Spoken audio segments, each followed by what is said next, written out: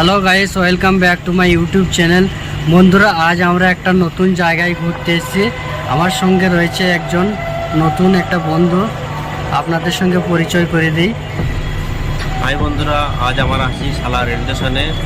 আমরা ঘুরতে এসেছি নতুন একটা ব্লগ। আপনারা দেখতে থাকবেন সালারে কিছু কিছু জায়গা আমরা ব্লগের মাধ্যমে তুলে ধরবো। আপনারা ব্লগটি শেষ অবধি দেখবেন।